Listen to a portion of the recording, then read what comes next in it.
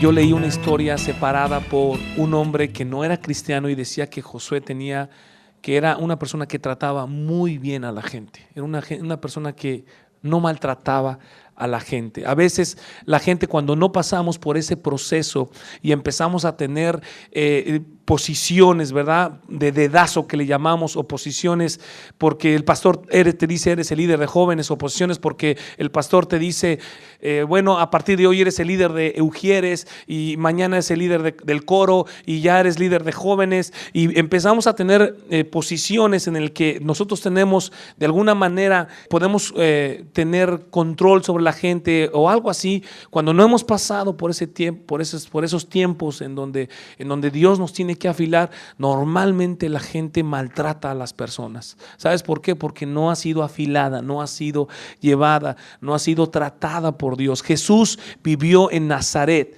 Primero, antes de llegar a los 30 años, Jesús estuvo en Nazaret viviendo con su familia, y a ver, Jesús ve y tira la basura, y Jesús limpia esta madera. Jesús vivió un Nazaret. Y ese Nazaret es el proceso que Dios tiene. Y si nosotros no tenemos una buena actitud, ese proceso nos puede llevar a ser gente perdedora, a ser gente fracasada todo el tiempo. Así es que nuestro proceso es muy importante, porque si ese proceso se va a convertir en una bendición cuando tienes una actitud correcta, porque de otra manera vas a maltratar gente, vas a hacer las cosas indebidas. Y sucede mucho en las congregaciones que gente, yo les digo siempre, ¿quieres conocer a una persona? Dale poder. Dale poder. Nada más dile, eres el director de los Ujieres, y vas a ver cómo en 3 días despedaza a todos los Ujieres. Nada más dile, con decirle eso, eres el director de Ujieres.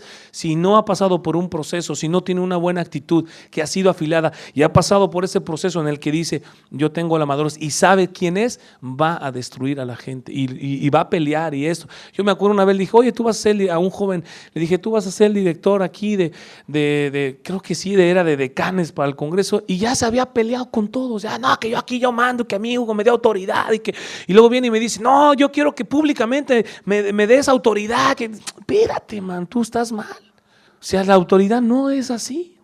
¿Por qué? Porque no sabemos, no hemos pasado por un proceso, ¿verdad? Y eso se llama madurez. A veces no que queramos frenar a la gente, pero sí necesita pasar por un proceso. A veces cuando los músicos, por ejemplo, son buenos músicos y de repente dicen, no, pues es tan bueno que mételo ya acá, y de repente, ¡frum!, ya se le subió. ¿Por qué? Porque no ha pasado por un proceso, no ha tenido ninguna adversidad. Y esa adversidad, la adversidad te trae madurez. El Nazaret de Jesús le trajo madurez, sabiduría, entendimiento. Aún todavía cuando tenía 12 años, se quedó en la fiesta y empezó a predicar y a hacer. Y su papá le dijo, vámonos a la casa. Dijo, no, hombre, que me es necesario hacer los negocios de mi padre. ¿Qué negocios de tu padre? Ni qué nada, jálale. Y se lo llevó. Y era Jesucristo, el Hijo de Dios, pero él tenía que pasar por un Nazaret, por adversidades, por enseñanza, por regaños, ¿verdad? Y límpiale y púlele y órale y clávale, porque era hijo de un carpintero. Bárrete toda la viruta Entonces es importante eso, que nosotros en nuestra actitud convirtamos las cosas. A veces cuando tú estás pasando un problema, aquí mismo, en este instituto, en CFNI, y tienes ahí un roommate que, como les decía ayer, que tú dices, Señor, ¿qué voy a aprender de esto? Yo siempre, ese es algo que yo tengo en mi mente. ¿Qué me estás enseñando de todo esto, Señor? ¿Qué quieres que yo aprenda de todo esto? ¿Ok? Vamos a continuar, ¿ok? En la vida de las personas que triunfan vemos repetidamente problemas fuertes que los forzan a levantarse por encima del promedio común. Si tú lees la historia de gente que ha llegado a ser grande, te va a decir seguramente que pasó problemas durísimos, problemas fuertísimos, y a veces la gente no ve y quiere llegar a anhelar, queremos anhelar. Yo siempre he leído eso, leía historias de golfistas que habían logrado cosas, de jugadores de fútbol americano, y siempre hubo adversidades. Leí una historia que me impactó mucho una vez en el Selecciones hace como 10 años.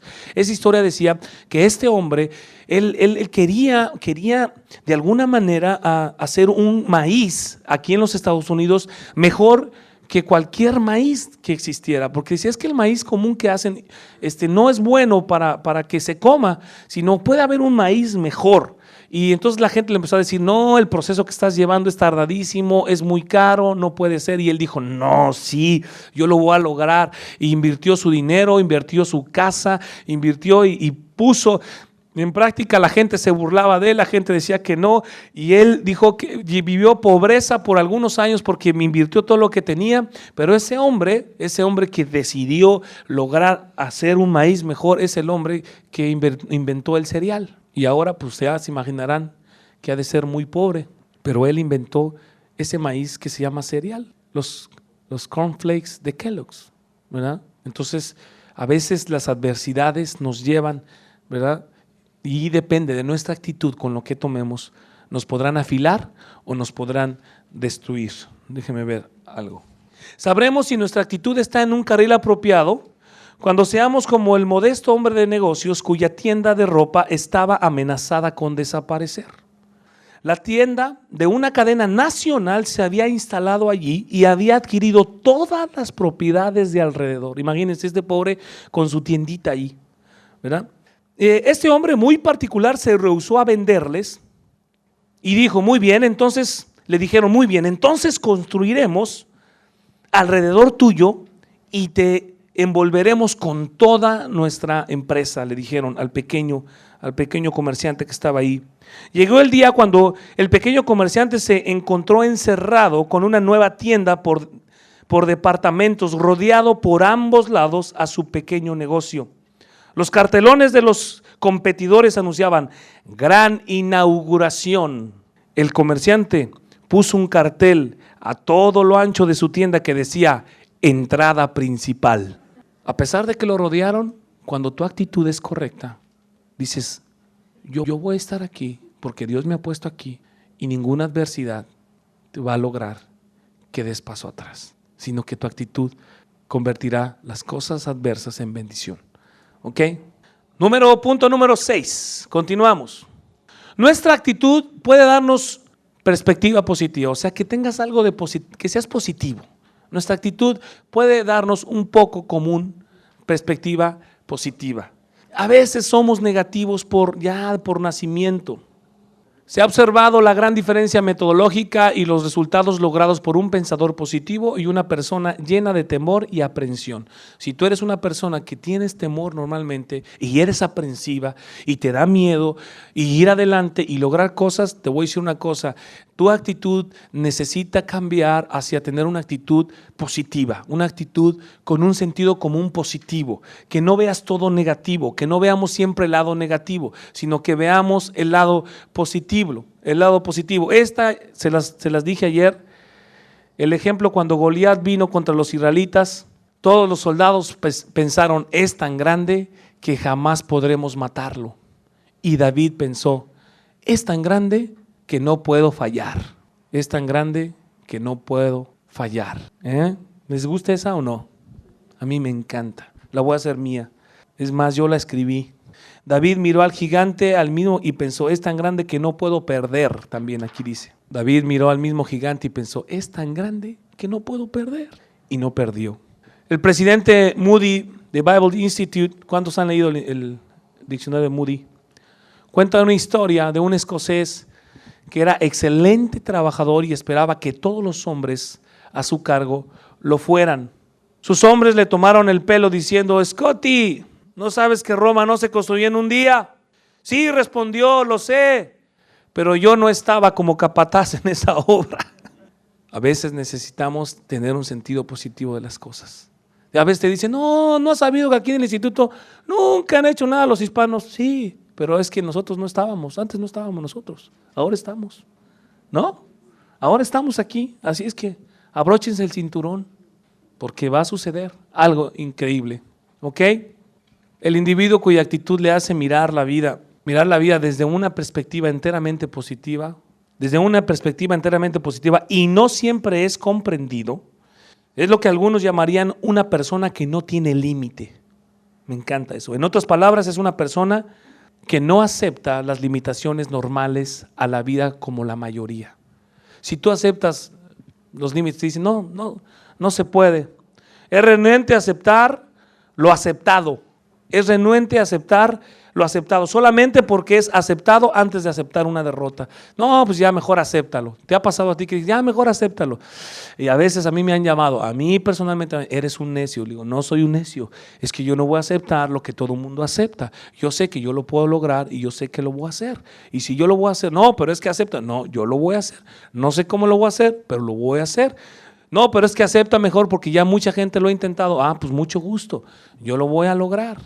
¿Ok? Fíjense, el ejemplo del abejorro, se los voy a leer y es impresionante cómo el abejorro vuela.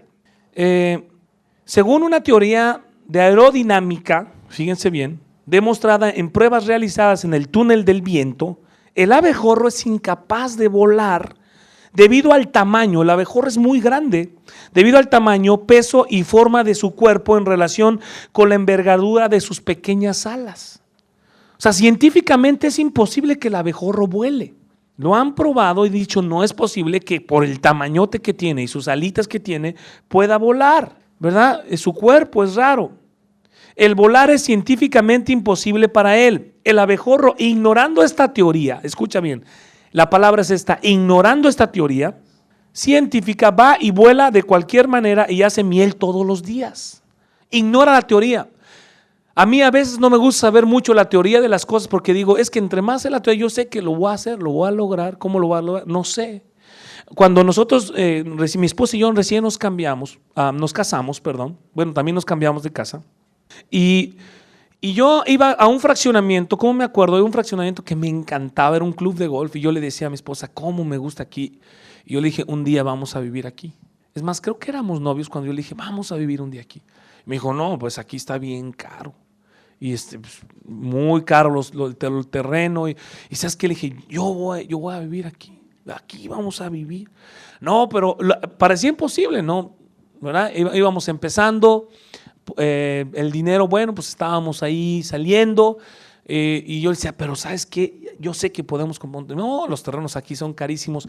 Y yo no, de veras, nunca acepté la teoría de que los terrenos eran imposibles. Y yo veía terrenos como si trajera el dinero en la bolsa.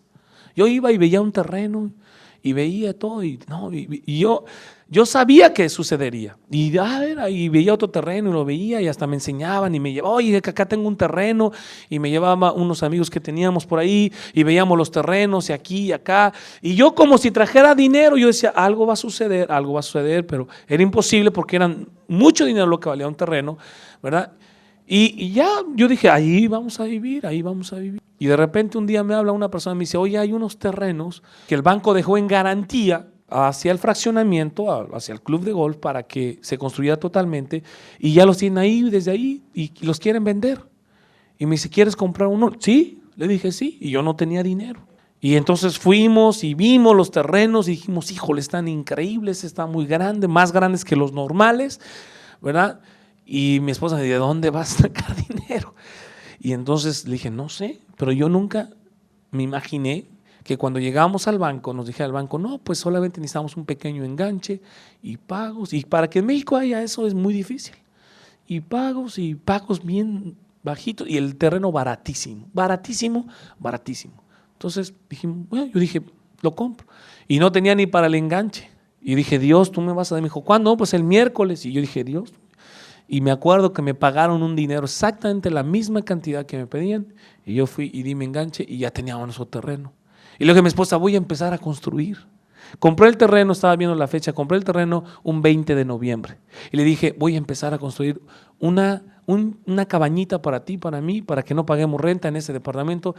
Y me dijo, ¿con qué dinero? Le dije, voy a empezar a construir.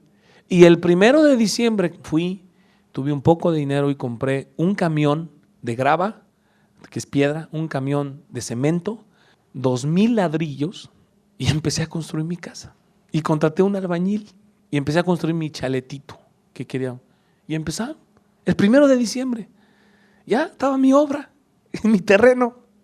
Porque la idea era construir un chalet, una cabañita, para vivir ahí y después construir la casa grande. Esa era la idea. Pero de repente, ¿verdad? Dios nos empezó a bendecir y a bendecir y entonces se hizo la casa grande. Pero de verdad yo rompí con las reglas de que no, que tienes que tener mucho dinero para vivir aquí. Yo no quería saber eso, yo quería saber, y yo estaba creyendo en que Dios me iba a bendecir y que Dios me iba a prosperar, pero mucho tiene que ver nuestra actitud. A veces por tu actitud, a veces te compras carros bien viejos.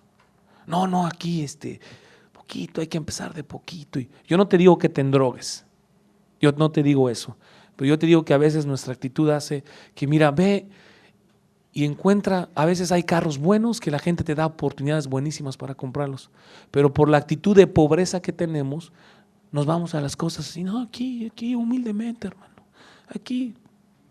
Y a veces yo he estado predicando con pastores y le he dicho, ¿saben qué? Ustedes no tienen por qué traer carcachas, ni vivir en casas feas, porque la bendición se va a reflejar en sus ovejas. Necesitan tener una actitud de vencedor, una actitud de riqueza. La gente como que está peleada con las cosas de vivir bien, y está peleado, pero yo nomás les digo, vayan a la Biblia. ¿A poco David vivía muy mal? ¿A poco Salomón vivía mal? ¿A poco Job vivía mal? Nada más eran millonarios, eran ricos, tenían vacas y vacas y vacas, ¿verdad? Jesús nos habla de humildad y nos habla de sencillez de corazón. Jesús tenía arcas millonarias, ¿sabían eso? ¿No lo sabían? Mucha gente les regalaba dinero. Mucha gente, ¿no se acuerdan que todavía Mateo le da un montón de dinero?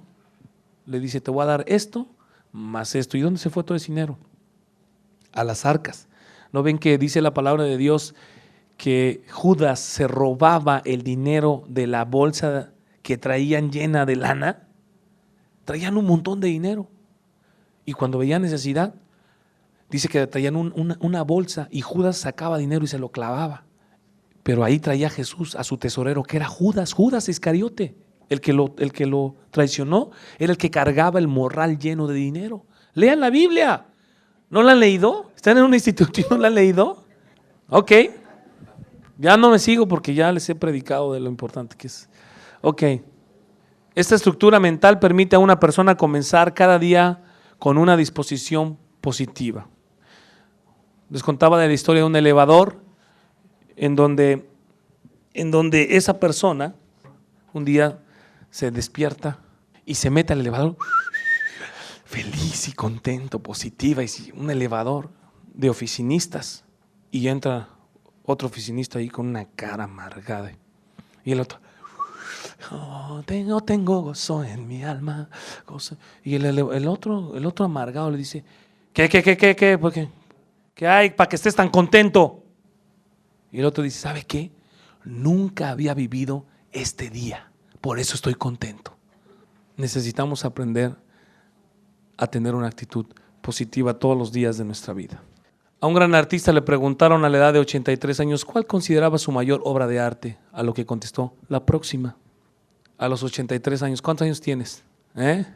No solo el futuro es brillante, bueno, aquí, sino también el presente.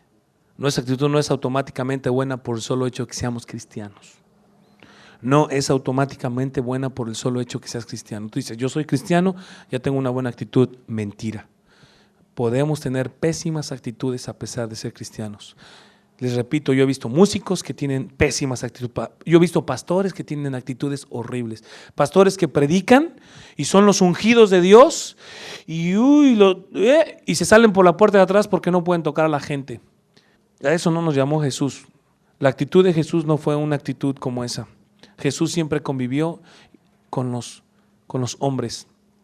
Ese no es el ejemplo ni el carácter de Jesús. Jesús siempre convivió, compartió con los hombres. Jesús mismo, los mismos discípulos decían, ay, niños, háganse para atrás, no estorben al maestro. Y les dice, Pedro, Juan, Lucas, Mateo, dejen que los niños vengan a mí. ¿No les dice eso? Y ya veo a Lucas y a Pedro, ay, pásenle, fórmense. Aquí, a ver, ¿verdad? ¿Por qué? Porque nosotros tenemos otros conceptos que creemos que Jesús no quería ser tocado porque era el ungido. Mentira. Siempre que quieras tener, escúchame bien lo que te voy a decir, siempre que quieras mirar un balance en tu vida, mira la vida de Jesús. Jesús tenía un balance perfecto. Jesús, mucha gente dice, bueno, es que esto así, Él es así, sí, pero ¿cómo era Jesús? ¿Cuál es el carácter que nos muestra Jesús? A veces nos desbalanceamos con una cosa y con otra, pero ¿cuál era el carácter que tenía Jesús? Era estar cerca de la gente, amar a la gente. Sí se retiraba, sus tiempos de oración eran importantes, pero él convivía con la gente. Dice que tomaba a los niños en sus brazos, bendecía a la gente, tocaba a los enfermos, bendecía a los enfermos. Esa era su vida. Y si has sido llamado al ministerio, no sé si ya estás o no, pero necesitas pensar la importancia que tiene el que tratemos con la gente todos los días de nuestra vida. Tenemos que tratar con la gente. A veces estarás cansado, pero necesitamos tratar con la gente. ¿Ok? Los 7 pecados capitales: orgullo, avaricia, lujuria, envidia, ira, glotonería, pereza, son asuntos de actitud y algunas otras 2 cosas más: espíritu interior y motivos. Pero son asuntos de actitud, ¿sabías? Los 7 pecados capitales. Entonces, no porque seas cristiano automáticamente tienes una buena actitud. Uno de los ejemplos más fuertes es el hijo pródigo. En 5 minutos te voy a comentar algo muy interesante del hijo pródigo. Número 1, había un hijo pródigo que gastó todos sus bienes porque se fue y se acostó con prostitutas y se gastó toda la herencia que su padre le dio. Pero había un hijo mayor que se quedó en casa y ese hijo mayor no tenía el pecado como su hermano, el pecado carnal, pero tenía otro pecado, ¿verdad?, que se llamaba envidia. Y eso es actitud. Cuando regresó su hermano, si leemos la historia, te vas a encontrar con que regresa su hermano y él regresa y le dice a los criados: ¿qué está pasando aquí? Y le dicen los criados: tu papá hizo matar al becerro gordo porque tu hermano regresó, el que estaba perdido regresó y mató un becerro gordo y estamos en una gran fiesta. Y dice la Biblia que ese hermano mayor no quiso entrar a la fiesta, dijo: yo no quiero entrar. Vino su padre y le dijo: hijo, ¿por qué no quieres entrar? Y le dijo: Señor, le dice, papá, tú, ¿por cuánto tiempo he trabajado yo contigo? He estado aquí dándole duro, yo no me gasté como mi hermano menor el dinero en prostitutas y ahora tú haces matar al becerro gordo y a mí jamás me han dado ni siquiera un cabrito, dice, para que yo me goce. Le dice su papá: hijo, tú lo tienes todo es tuyo. Era el heredero máximo. El problema era su actitud. Y por su actitud pasaron 3 cosas. Número 1, no entró a la fiesta. A veces por nuestra actitud como cristianos nos da envidia con nuestros demás hermanos y con la demás gente que Dios empieza a bendecir. Apenas tiene un mes de cristiana y mira cómo la atienden y mira cómo Dios la bendice y Dios, ¿por qué la bendices? Y ya hasta le diste un carro y ya está en el instituto y yo tanto llevo 14 años y nunca he podido, y te vuelves como el hermano mayor que también, ese también era pródigo. Siempre vemos la historia del hijo pródigo como que el malvado que fue, y sí, ciertamente, pero el otro también era un pródigo porque también tenía un pecado de actitud. Su actitud fue horrible, su actitud contra su hermano. Número 1, se quedó fuera de la fiesta. No quiero entrar, yo no voy a entrar a esa fiesta. Y muchos de nosotros, por nuestras actitudes que tenemos, nos quedamos fuera de la fiesta de Dios, fuera de las bendiciones de Dios. Cuando Dios dice: vamos a hacer una fiesta, vamos a hacer un congreso directo al corazón, y todo, que a mí ese congreso no me gusta, que podemos tener actitudes que nos dejen fuera de las cosas que Dios está haciendo. Número 2, tuvo un problema que los criados, dice la Biblia, que los criados se estaban gozando. Mejor los criados se gozan de tu herencia y tu bendición que tú mismo. Y a veces así pasa. Aún a veces la gente del mundo se goza más en las cosas de Dios que tú mismo por tu envidia. Y número 3, teniéndolo todo, no disfrutaba nada por su actitud. Tenía todo. Era el heredero, el hermano ya se había gastado todos los bienes, tenía todo. Y su actitud, era muy buen cristiano porque no se fue a revolcar. Escúchame bien, era muy buen cristiano porque no se revolcó con prostitutas, no dejó al padre, no le pidió la herencia como el hijo pródigo. Ese era el hijo mayor. Como que era el cristiano perfecto, ¿no? Leía la Biblia, estaba en casa, trabajaba, hacía todo, pero su actitud era horrible. Y no se pudo gozar con su hermano. Cuando tú no te puedes gozar con las bendiciones y la prosperidad de uno de tus hermanos, una de tus hermanas, temo decirte que estás teniendo actitudes como las del hijo mayor y te van a hacer que te quedes fuera de las bendiciones de Dios. Este es un tema para una predicación. Ahorita lo acabo de sentir. ¿Sabes una cosa? Muchas veces nuestras actitudes nos dejan fuera de las bendiciones de Dios. Y cuando alguien es prosperado, alguien es, pues sabes que ya es líder de alabanza, sabes que yo quiero nombrarte aquí, yo quiero nombrarte acá. Una de las cosas uno de los problemas más fuertes que yo tuve es que cuando yo llegué a la congregación donde yo me convertí, yo llegué con una pasión por Dios. A mí Dios me tocó y a mí no me importó nada. Yo era abogado estudiando una maestría en ese tiempo y yo dije, Dios, tú me tocaste y si tú existes y tú me cambiaste, yo voy a servirte todos los días de mi vida. Eso fue lo que yo le dije en el primer mes de mi vida. Y llegué y empezaba a ir y tocaba la guitarra y iba a los ensayos, ni me pelaban, eran unos payasos pedantes los que estaban en la alabanza. Eran unos payasos, ni me pelaban. Ahí iba yo con mi guitarra, me sentaba y a ver las canciones y los ni me saludaban, no me saludaban. Y dije, a mí qué me importa, yo estoy aquí tocando. Y en un ratito Dios de repente me dice, ¿sabes qué? Quiero que dirijas la alabanza aquí, quiero que dirijas la alabanza allá. Me volví el director de alabanza. Un año era director de alabanza. Y había gente que estaba ahí con una carota, enojadísimos, porque tenían 5 años de estar en la congregación. Yo empecé desde el principio con el pastor y nunca me ha dejado dirigir la alabanza. Pues sí, pero ha sido un pasivo toda tu vida.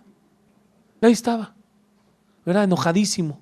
Y yo estaba ya dirigiendo alabanza y dirigía la alabanza como león. Ahí estaba yo y estaban, es el león de la tribu de Judá. En ese tiempo estaba esa canción de moda, Jesús nos ha liberado.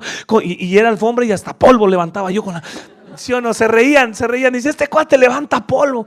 No, yo, y mira, tengo una pasión por Dios que decía, aquí estoy, Señor, tú me has llamado. Y sabes que mucha gente empezó a hablar de mí y quién sabe qué, y a quererme bajar, y a quererme criticar. ¿Sabes por qué? Porque eran hermanitos como los hijos mayores. Yo era a lo mejor un pródigo que había regresado de allá, de donde estaba perdido. Ellos ya tenían años en el Señor y empezaron a no gozarse con lo que Dios estaba haciendo en mi vida. Es horrible que tengas esa actitud. Cuando tú mires a alguien que Dios empieza a levantar, empieza a bendecirlo, empieza a levantarlo. Yo apenas miro que alguien está levantando, yo digo, qué bueno, brother, dale. A mí no me da ningún temor, de que predique mejor, de que llegue a ser maestro del instituto, y que a mí al contrario, porque sabes una cosa, yo sé que cuando yo bendigo a una persona, yo me estoy multiplicando, y que al multiplicarme, eso significa que yo estoy creciendo también. Si hay más que yo cuando fui director de alabanza, tomé el grupo de alabanza con 4 personas y les dije, vamos a empezar, y empecé a dar clases de guitarra y se me juntaron como 17. Ahora les voy a dar clases de guitarra y les enseñaba, es el león de la tribu, y ahí estaban todos tocando. De ese grupo de 17 guitarras, ¿verdad? Empezaron a salir. Luego llegó un muchachito que tocaba, me dice, su papá toca el piano, a ver, vamos a ver cómo toca el piano. Entonces, ¿sabes qué? En 3 años yo hacía juntas en mi casa y éramos 42 personas que tocaban un instrumento. Y yo empezaba, ven, tú vas a dirigir alabanza, jovencitos, 14 años, ven, tú vas a dirigir alabanza, tú ponte aquí a mi lado. Y ahora diriges la adoración, diriges un canto, dirige un canto. Y ahí estaban al lado con su guitarra, un canto. Y luego el otro que era el piano. Y luego, ¿verdad? Y luego una señorita que estaba ahí que cantaba, que era tremenda en la alabanza.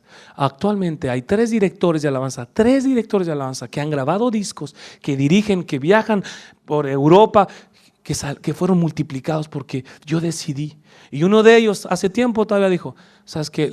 A mí Hugo fue el que me dio la oportunidad de estar ahí. Y le digo, no, fue Dios. Pero ¿sabes una cosa? Yo he decidido en mi vida multiplicarme y gozarme con las bendiciones, tener una actitud de bendecir a mis hermanos. Siempre que alguien en la congregación, en tu cuarto, en tu roommate, sea bendecido por algo, gózate, porque si no estás teniendo una actitud como la del hermano mayor y te vas a quedar fuera de las bendiciones y eres heredero de todo, Dios le dice, fíjate, el padre le dice al hijo pródigo, al hijo mayor, hijo, tú lo tienes todo es tuyo. Pero ahora, ¿qué necesitamos para construir una buena actitud? Porque si nos dicen todas estas malas actitudes tenemos, pero ahora ¿cómo las vamos a construir? Y es muy importante hay un dicho que dice, es difícil volar con las águilas cuando se tiene que vivir con los guajolotes, con los pavos. Es difícil. Si tú quieres volar, dices yo quiero volar y vives con pavos, te va a pasar algo horrible. ¿Okay? Lo que nos rodea controla nuestro vuelo. Tú quieres volar, quieres levantar, quieres cambiar tu actitud, pero estás rodeada de guajolotes, de pavos que no saben volar, que nomás va a pasar en tu vida que no te van a dejar volar. Ahí lo siguiente es pensar como pavos o como guajolotes, más hablar como pavos es igual a caminar como pavos. Es decir, que Si tú sigues con gente volando y caminando y caminas con pavos y hablas con pavos, vas a volar como pavo. Y eso los pavos no vuelan, nomás hacen... Dime. Y lo mismo le pasa al ser humano. Júntate con guajolotes. No se puede. Júntate con gente negativa. Camina con gente negativa. Habla con gente negativa. Esa es la razón